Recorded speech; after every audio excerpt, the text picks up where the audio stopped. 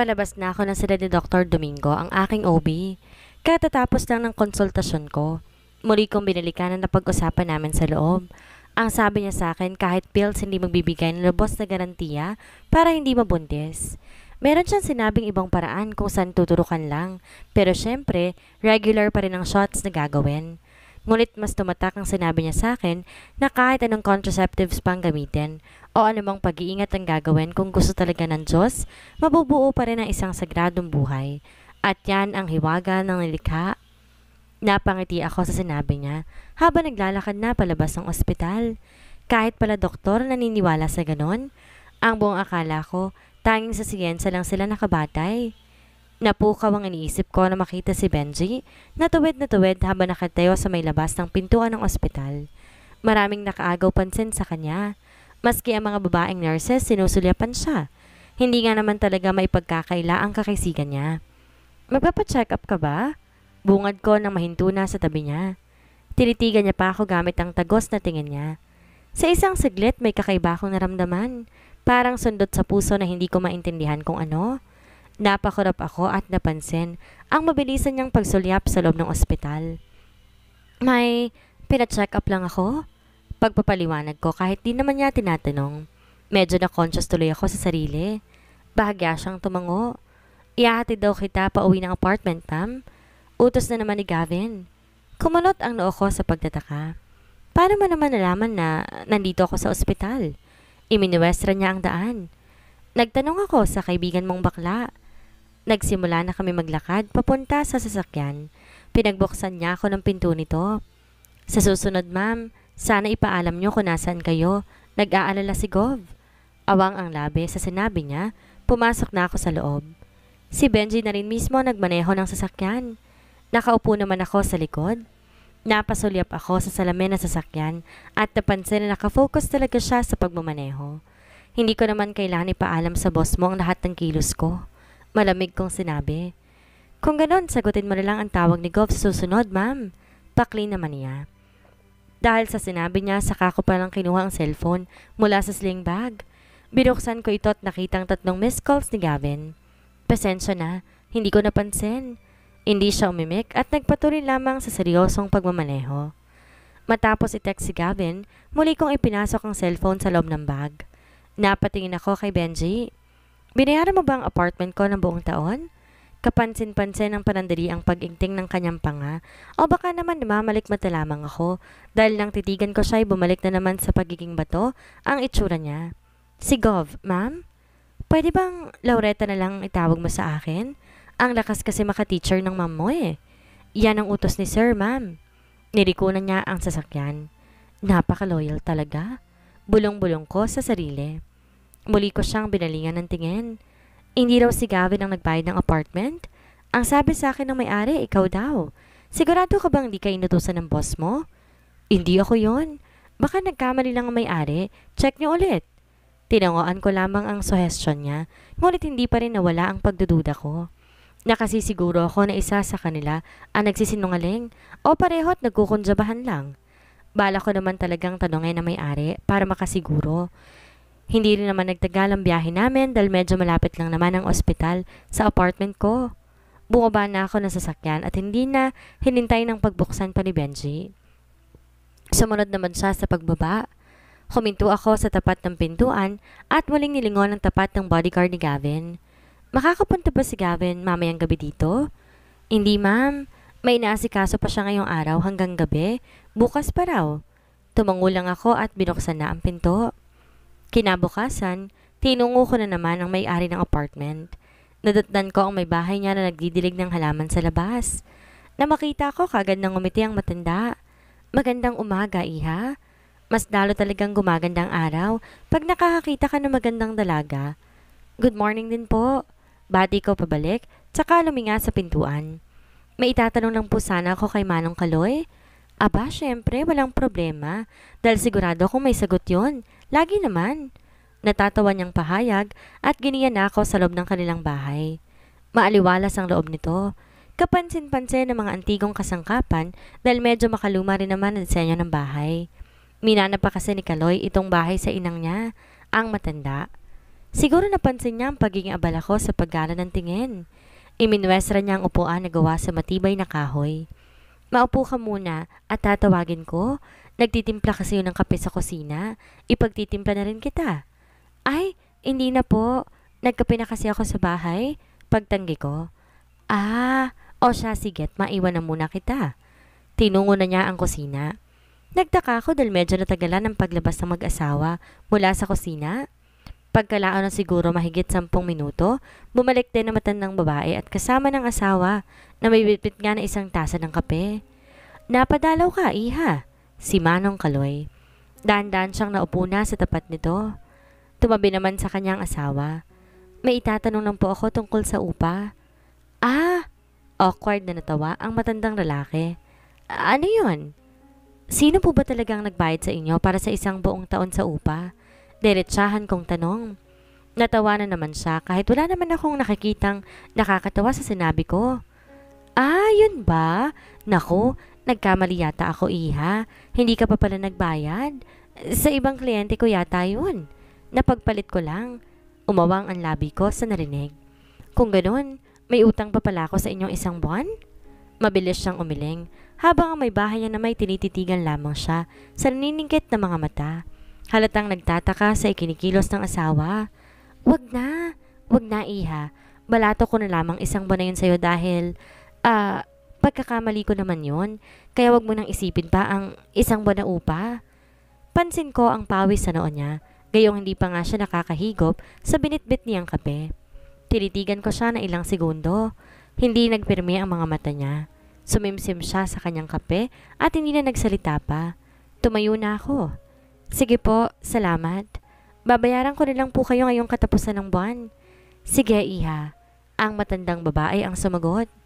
Nang makalabas na ng kanilang bahay, mas naguluhan pa yata ako pero sinantabi ko na lamang. Maaaring gano'n na nga ang nangyari. Hindi naman may iwasan ng pagkakamali, lalo na't siguro sa katandaan, makakalimutan na rin ng may-ari. Dumiretso na ako sa cafe dahil nagbihis na ako ng itim na skinny jeans at puting t-shirt. Dumaan lang talaga ako sa kanila para magtanong. Pagkatapos ng ilang minutong paglalakad, nakarating na rin ako sa cafe. Nadaanan kong isang matangkad at gwapong lalaki na nakasandal sa gilid ng kanyang sasakyan habang nagmamasid sa cafe. Tutuloy na sana ako sa may pinto nang kunin niya ang pansin ko. Excuse me, miss? Tawag niya sa baritonong boses. Napailing ulit ako sa kanya. Wala ako nakitang ibang dumaan, kaya't sigurado ko na ako ang tinawag niya. Yes, sir?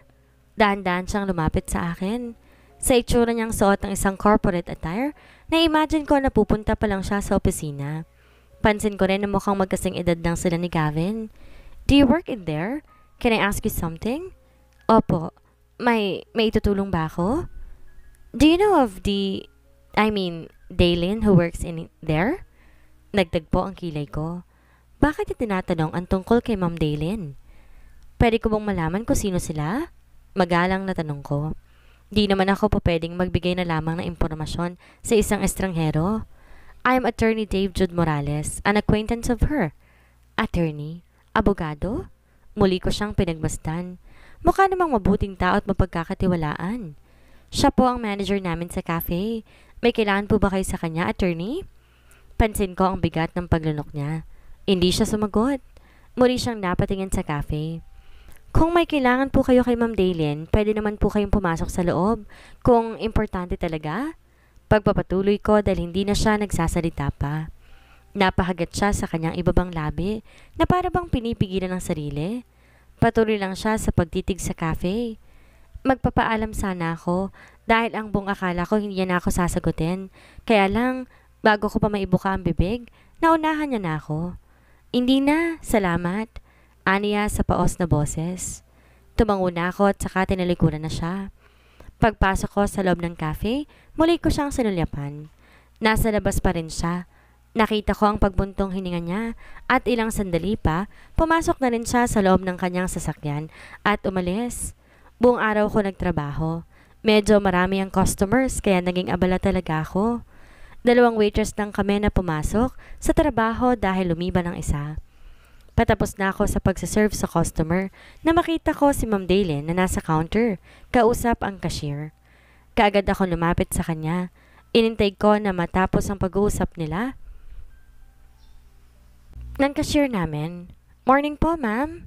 Initian niya ako. Good morning din, Laureta. Napalinga siya sa mga customers. Puro tayo ngayon na. Oo nga po. May nagtatanong po pala tungkol sa inyo kanina. Kaagad kong napansin ang pagiging alerto ng katawan niya. Unti-unti siyang napatingin ulit sa akin. Sino raw? Isang Attorney Dave Jude Morales daw po. Mabuti na lamang at hindi ko nakalimutan ang pangalan. Biglang nawala ng kulay ang mukha niya. Kitang-kita kong matindi niyang pamumutla. Ma'am Daylin? Okay lang po kayo? Nag-aalala kong tanong. I'm sorry, but I need to go. Wala sa sarili niyang sambit at muli siyang nagmamadaling nagpunta sa kanyang opisina. Nagkatinginan kami ng babaeng cashier. Parehong nagulat at nagtataka sa inasta ng manager. Binisita ako ni Gavin sa apartment kinagabihan. Napagpasyahan naming manood ng action movie habang kumakain ng popcorn at ice cream. Naikwento ko sa kanyang nangyari sa cafe kanina. Baka may nagsampa sa kanya ng kaso. Aniya sabay subo ng popcorn. Imposible naman yata. Ang bait kaya ni Ma'am Daylin. Ang weird talaga nung inasta niya. Parang may pinagtataguan siya. Why are you so invested on it? That's their problem, Laureta. Bumuntong hininga ako at mas siniksik pa ang sarili para sa kanya. Naramdaman ko ang paggapang na isang kamay niya sa balikat ko. Wala sa sarili niya itong hinagod. Ewan ko ba? Nababagabag lang ako. Do you want me to do something about it? I'm a lawyer too. I can ask around. Nagangat ako ng tingin sa kanya. Hindi na. Ayoko na makaabala pa eh. Busy ka na nga, di ba? Sa eleksyon? Not really. Hindi na ako nag-e-effort pa para sa kampanya. I already told my political advisors that I don't care anymore if I lose. Kalmante niyang tugon. Kung ganon, bakit sabi ni Benji, abala ka kahapon? Tumigil ang paghagod niya sa balikat ko. Kinuha niya ang remote ng TV at minute ito. Napaahon akong bigla. Muli niya akong tinignan sa mukha. Abala ako sa annulment papers. Kumunot ang noo ko. Ha? Akala ko ba panandalian mo munang inihinto ang pag-aasikaso dyan dahil sa kampanya? I didn't. I wanted it expedite. I wanted to be as soon as possible. Kaya pinadalhan ko na ng annulment paper si Felicima. I am just waiting for her to sign it. Umawang ang labi ko sa sinabi niya. Hindi pa rin ako makapaniwala sa narinig. Bakit parang nagmamadali na siya? Lumamlam ang mga mata niya habang marina akong tinititigan. Hindi ka ba natutuwa, Laureta? We will both be finally free to be together. After this, we can now have a future together. Imbes sagutin ang tanong niya, iba ang lumabas sa bibig ko. Nakita ko si Felicima sa ospital noong nakarang araw. Nagtagpo ang kanyang kilay at napakunot noo siya. What? Why would she be there? Basta, nakilala ko lang siya sa tapat ng OB. O ewan ko, ibang silid ba ang pinasukan niya?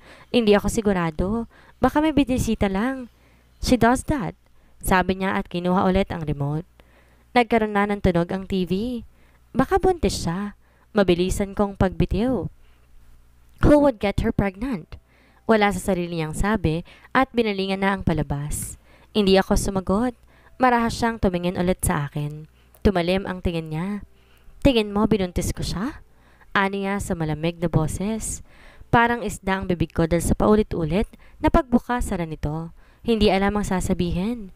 Sa tingin mo, sisipingan ko siya? Mas marahas niyang tanong. Pumikit ako ng mariin. Dinig ko ang sunod-sunod niyang malutong na mura.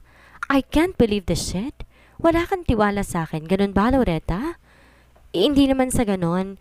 Marahan kong sabi. Tsaka unti-unting dumilat. Nakaabang ang matalim niyang titig sa akin. Kung ganun, anong ibig mong sabihin? Just so you know, hindi ko na siya ikinama. Simula nung nakipagtalik ako sa'yo. Nung unang gabi natin sa isla. I'm sorry, Gavin. You don't trust me. Hindi naman sa ganon. Natatakot lang ako na baka niloloko kita. Ilang beses ko bang kailangan patunayan sa'yo na ikaw ang pinili ko? Ilang beses ko bang kailangan patunayan sa'yo ang pagmamahal ko, ha? I'm sorry, Gavin. Mahal lang talaga kita. Siguro takot lang ako na masaktan. Lumambot ang mga mata niya. Hindi kita sasaktan, Laureta. Hindi ko pipilitin sa iyong buong pagtitiwala. Pero sana naman kahit konti man lang ng tiwala mo, mabigay mo sa akin. Alam ko, may tiwala ko sa'yo. Marahan kong sabi at siniksik ulit ang sarili sa kanya. Ako na ang yumapos sa kanya. I love you, you know that? Paos na bulong niya. Niyakap niya ako pabalik. At sa init ng yakap niya, alam kong napatawad niya na ako. Wala si Ma'am Daylin ngayon. Lumiban siya kaya ako ang inatatsang magsara nitong cafe. First time nga eh. Napaka-workaholic ng batang yon. Si Ate Jelay habang patapos na kami sa trabaho at nagliligpit na lang. Kaming dalawa na lang ang natira. Tingin mo po may problema siya? Nako, Laureta, sa panahon ngayon, sino ba naman ang wala? Binaligtad na niya ang mga upuan. Kaagad akong tumulong sa kanya. Nahinto kami sa pag-uusap na magring ang kanyang cellphone. Dinukot niya ang cellphone mula sa bulsa at sinagot ang tawag. Nakinig pa siya sa kabilang linya. Kapansin-pansin ang agarang pamimilog ng kanyang mga mata. Sige, sige. Diyos ko, pupunta na ako dyan. Saan ospital ba? Pansamantala kong inabando na ang pagbabaliktad ng mga silya at pinagmasdan si Ate Jelay. Bumalatay sa kanyang itsura ang matinding pag-aalala. Binaba niyang telepono at aligagana akong magbaliktad ng mga silya dahil sa pagmamadali. May problema po ba, ate? Yung bunso ko kasi, nahulog daw sa hagdan, sabi ng asawa ko. Inatid sa ospital kaya susunod ako kaagad doon pagkatapos kong isara tong cafe. Puntahan niyo na po ngayon. Ako na po magsasarat, malapit lang naman dito ang apartment ko. Sigurado ka ba, Laureta? Kaya mong ikaw lang mag-isa rito? Hindi pa tayo tapos sa pagliligpit. Opo. Naglahad ako ng palad. Akin na po yung susi. Ako nang bahala rito. Pumunta na po kayo doon sa ospital. Kinuha niya ang susi mula sa drawer na nasa counter at binigay ito sa akin. Diyos ko, ang bait pa talagang bata. Sige, sige ha, mauna na ako sa'yo. Mabilis lumabas si Ate Jelay ng cafe, kaya naiwan akong mag-isa. Pinagpatuloy ko ang pagliligpit. Nang panghuling silya ko na nang marinig ang biglang pagbukas ng pinto. Unti-unti akong lumingon dito. May nakalimutan ka ba, ate? Nabitin sa ere ang sasabihin ko na makitang di si Ate Jelay ang pumasok kundi si Felisa Medalfaro. Kulay itim na long sleeve dress ang suot niya. Pansin ko ang kawalan ng kolorete sa mukha niya bukod sa suot na nude lipstick. Ang buhok niyang nakalugay nakabon na. Napakalinis tingnan. Walang ni isang hibla na nakahiwalay. Can we talk?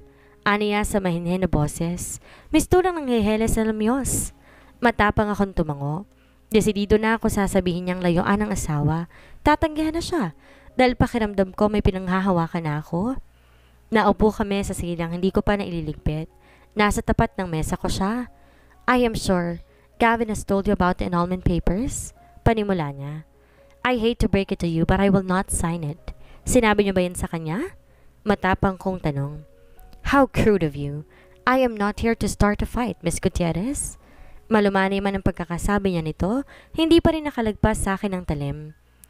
Kung sasabihan mo po ako na layuan si Gavin, ngayon pa lang, humihingi na ako ng paumanhin, hindi po ako lalayo sa tabi niya. I know that our marriage was not out of love, but out of loyalty. His loyalty towards my father. I need his loyalty right now. Uulitin ko po, ma'am. Sinabi niyo ba yan sa May cancer ako. Anas niya. Stage 2 breast cancer to be specific. Napaawang ang labi ko. Halos wala na akong maramdaman. I just found out, actually. Pagpapatuloy niya. May konting panginginig ang boses. And do you know what's funny? Siya pa rin ang una kong inisip. Ang kausapin ka pa rin ang una kong ginawa. Mistulan akong naging tuod dahil sa paninigas sa kinaupuan. Para akong binagsakan ng langit. Ni hindi ko na alam kung humihinga pa ba ako. Unti-unti siyang tumayo. Ni isang segundo hindi niya pinutol ang tingin sa mga mata ko. Dahan-dahan siyang lumuhod sa harapan ko. Para kong binuhusan ng malamig na tubig sa nakikitang ginagawa niya sa harapan ko. Kaagad akong tumayo, hinawakan siya sa braso para maawat. Ano po bang ginagawa ninyo? Tumayo po kayo. Ang kamay kong nakahawak sa braso niya, marahan niyang hinawakan. Nagmamakaawa ko sa iyo, Laureta. Ibalik mo na sa akin ang asawa ko. I need him. Desperado niyang sambit, sabay ng pagpatak ng mga luha niya. Hindi ko na makita ang nooy kalmado niyang aura. Tumayo na po kayo. Mangiyak niya ako na rin pakiusap. Nadadala na ng emosyon.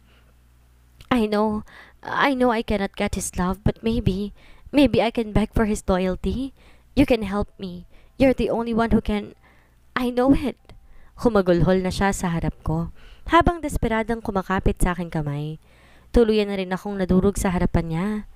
Gabi na makauwi ako sa apartment. Sa tuwing maalala kong ginawang pagmamakawa ni Felisa sa akin, nanlulumo ako. Pakiramdam ko ako ng pinakamasamang tao sa mundo. Namanhid na ako habang humihiga sa kama. Hindi ko pinindot ang on switch ng ilaw. Nagtago ako sa dilim. Sa dilim naman siguro talaga ako nababagay. Sa buong araw ng Sabado, wala akong ginawa kundi mag-isip. Sa unang pagkakataon, nagpapasalamat ako na palaging abala si Gavin. Ayoko siyang makita. Ni ayaw kong huminga sa parehong paligid na hinihingahan niya. Nahihiya ako sa sarili ko. Nasusuklam ako. Dahil sa buong araw na pag-iisip, humantong ako sa isang mabigat na desisyon. Isang desisyon na nakasisiguro kong makakasakit ako ng lubusan. Isang desisyon na alam kong parehong magpapalaya sa aming tatlo. Hindi ako kumain. Hindi rin naman ako nagugutom. Ni hindi ako uminom ng tubig. Pakiramdam ko, wala naman akong karapatang mauhaw habang ang taong inaagrabyado ko'y may mabigat na pinagdaraanan. Dumating ang araw ng linggo. Ganon pa rin ang ginawa ko, ang magmukmok, ni hindi pa nga ako nasisikatan ng araw. Magtatanghali na nang maisipan kong maligo.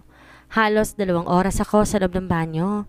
Nililinis ang sarili habang nakikipagsabayan ang mainit na luha sa pagbuhos sa malamig na tubig. Grabe ang naging kaba ko dahil sa narinig na katok mula sa pintuan. Naisip ko na kung si Gavin ito hindi na talaga ako makakaiwas pa. Kailangan ko siyang harapin at kausapin. Basang-basa pa ang buhok at suot ang bulaklaking duster, diniluhan ko ang kumakatok. Binuksan ko ang pinto at bumungad sa akin si Benji. Pinapasundo ka ni Gov, ma'am? Unti-unti akong tumango. Tanggap na ang mangyayari. Inihahanda ng sarili. Tipid ko siyang nitian. Nagbibihis lamang ako. Bumalik ako ng kwarto at nagbihis. Sinuot ko ang puting off-shoulder dress na may nakaimprentang isang bulaklak ng gumamela. Hiniyaan kong nakalugay ang buhok. Sinuklay ko lang ito patalikod. Na maging handa na muli kong pinuntahan si Benji na naghihintay na sa labas. Nilak ko ang pinto. Nasaan ba si Gavin? Naglakad kami papunta sa sasakyan na nakaparada sa tapat ng apartment. Pinagbuksan niya ako ng pinto sa may passenger seat. Nasa Hotel Basco, ma'am. Pumasok na ako sa loob at naupo. Sumunod na rin siya. Ilang sandali pa pinandar na niya ang sasakyan. Sa labas ng bintana lamang ang tingin ko. Tahimik na pinagmamasdan ang nadaraanan. Napaahon akong bigla na makita ang pagliko niya ng sasakyan. Nagtagpo ang kilay ko dahil sa pagtataka nang binalingan ng tingin si Benji. Saan tayo pupunta? Hindi ito ang daan papuntang Hotel Basco. Hindi siya sumagot. Sa halip mas binilisan niya ang pagpapatakbo ng sasakyan. Ginagapangan ako ng kaba. Benji, ano bang nangyayari? Saan mo ako dadalhin? Hindi niya pa rin ako sinasagot. Napatingin tuloy ako sa labas ng bintana. Masyado na kaming malayo. Ni wala na ako nakikita ng mga kabahayan. Muntik na ako mabuwal sa kinaupuan na bigla niyang ihinto na walang abiso ang sasakyan sa gilid ng kalsada. Nababaliw ka na ba? Singhap ko. Napakapit sa seatbelt na suot. Nilingon niya ako. Nakita ko ang determinadong tingin sa kanyang mga mata. Sa kauna-unahang pagkakataon, nagpakita siya ng emosyon. Layuan mo na si Governor Laureta, aniya sa baritonong boses. Nagulat ako sa inasta niya. Parang hindi na siya ang bodyguard ni Gavin na kilala ko. Ano? Bakit? Sino ka ba talaga? May cancer si Felicima. Hindi ka ba naaawa? Hindi ko alam pero dahil siguro pareho kami ng nararamdaman na pagtagpi-tagpi kong lahat. Mahal mo, si Felicima? Anas ko. Alam niya ba? Alam din ba ni Gavin? Umigting ang kanyang panga at nag-iwas siya ng tingin. Masyadong abala si Governor sa'yo para mapansin niyang pagtingin ko kay Felicima. Wala rin akong aksyon na ginawa para sa nararamdaman ko. Mali ka. Gusto kong sabihin. Dahil itong aksyon na ginagawa mo ngayon ay alam ko para kay Felicima. Napasinghap ulit ako nang maalalang nakaligtaan na detalye. Ikaw ang nagbayad ng upa sa apartment? Oo, binayaran ko ang apartment dahil naisip ko na baka pag ginawa ko yun po pwedeng hindi mo na kailanganin si Gov. Sa tingin mo ba talaga? Pera lang ang kailangan ko kay Gavin? Ganyan ba kababa ang tingin mo sa akin? Marahan siyang umiling. Alam kong di ka ganong klase ng babae, pero kailangan ni Felicima ang asawa niya ngayon. Paano mo nalaman na may cancer siya? Sinabi niya sa akin. Pinagkatiwalaan niya ako. Halos pabulong na niyang pagkakasabi dahil sa hina nito. Alam na din ba ni Gavin? Kuryoso kong tanong. Hindi. Naghihintay si Felicima sa aksyong gagawin ko. Umaasa siya. Kung ganon, alam mo rin na nagkita kami ulit ni Felicima? Unti-unti siyang tumango at nag-iwas na ng tingin. Ayoko makialam sa inyo ni Gov. Alam ko ang saklaw ng trabaho ko at kung hanggang saan lamang ako. Pero sa kondisyon ng asawa niya, hindi ko kayang manahimik na lang. Malungkot ko siyang initian. Dahil alam ko ang hirap ng posisyon niya. Nagmamahal sa taong may mahal namang iba. Pinagsisilbihan ng taong nilolokong babaeng mahal niya. Huwag kang mag-alala, Benji. Kahit di mo pa ako utusan, alam ko nang gagawin ko. Binalot kami ng katahimikan. Binasag ko yan nang muli ako magsalita. Pwede ba akong humingi ng pabor sa'yo? Bahagyaman siyang nagulat, tinanguan niya pa rin ang sinabi ko. Kinuha ko to bilang hudyat at sinabi ko sa kanya gusto kong mangyari. Ang huling alas ko para maitamang lahat. Ano ang gagawin ni Lauretta ngayong nalaman niyang may sakit si Felicima? Layuan na kaya niya si Gavin at ibalik to sa asawa niya? Ano kaya ang pabor na hiningi niya kay Benji na ikadudurog ng puso ni Gavin? Yan ang ating aalamin sa susunod nating kabanata.